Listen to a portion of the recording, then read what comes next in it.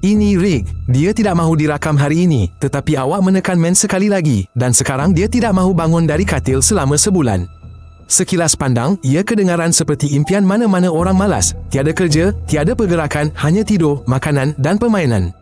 Tetapi pada hakikatnya, ia adalah ujian yang serius dan inilah cara NASA menyediakan angkasawan untuk keadaan tanpa berat.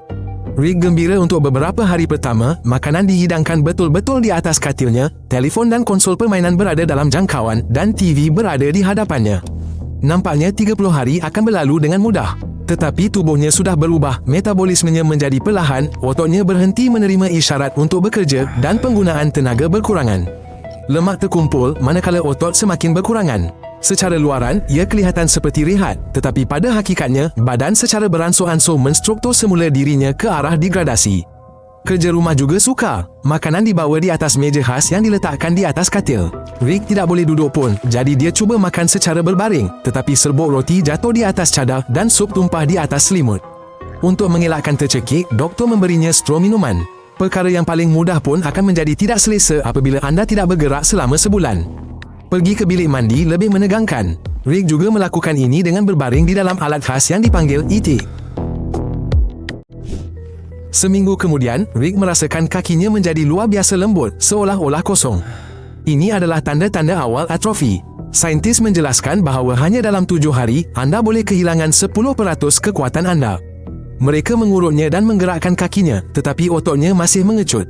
Suasana hatinya juga berubah. Otak bertindak balas terhadap ketidakaktifan dengan penurunan serotonin dan Rick tidak lagi menikmati dirinya sendiri, tetapi semakin berbaring di sana dengan pandangan kosong.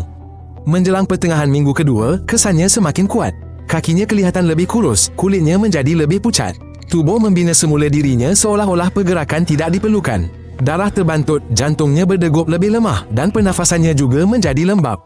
Berbaring di atas bantal lembut, Rick berubah menjadi makhluk yang direka khas untuk tidur. Pada hari ke-15, masalah baharu timbul. Luka baring muncul di belakangnya. Kulit tidak dapat menahan tekanan berterusan. Rick perlu dibalikkan badan dan kulitnya dirawat. Ia terbakar dan Rick mengerang, menyedari buat kali pertama bahawa syurga orang malas telah berubah menjadi penyiksaan. Pada masa yang sama, jam dalamannya menjadi tidak teratur. Dia tidur pada siang hari, berjaga pada waktu malam dan tidak lagi faham hari apa sekarang. Menjelang hari ke-20, ujian menunjukkan perubahan yang serius.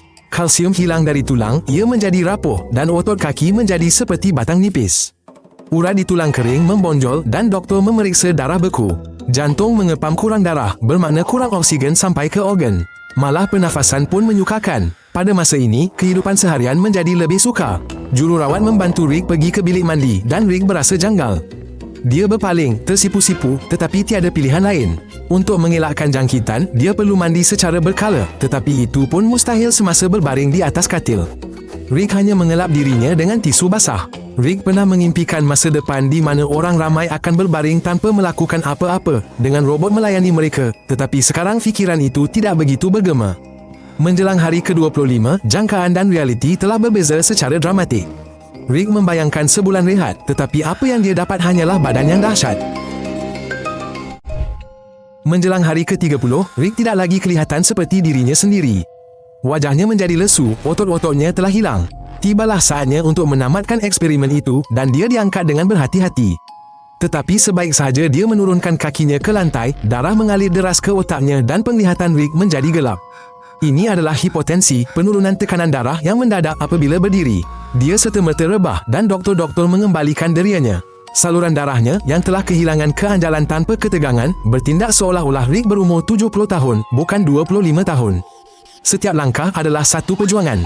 Ia mengambil masa seminggu hanya untuk belajar semula cara berdiri. Buat pertama kalinya, Rick berasa seperti orang tua walaupun usia sebenarnya tidak berubah. Dalam eksperimen NASA yang sebenar, peserta kehilangan sehingga 20% daripada isi padu darah mereka dan sehingga 40% daripada otot kaki mereka hanya dalam masa 2 bulan rehat di atas katil.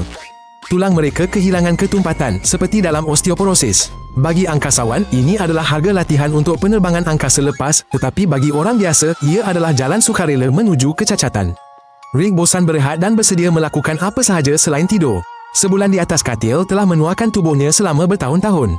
Walaupun orang mahu hidup berbaring dan menguruskan urusan mereka melalui avatar, ia akan menjadi jalan buntu bagi tubuh badan. Tubuh diciptakan untuk bergerak. Jadi, sekurang-kurangnya suka dan ikuti Rick dan anggap diri anda melakukan sesuatu yang berguna.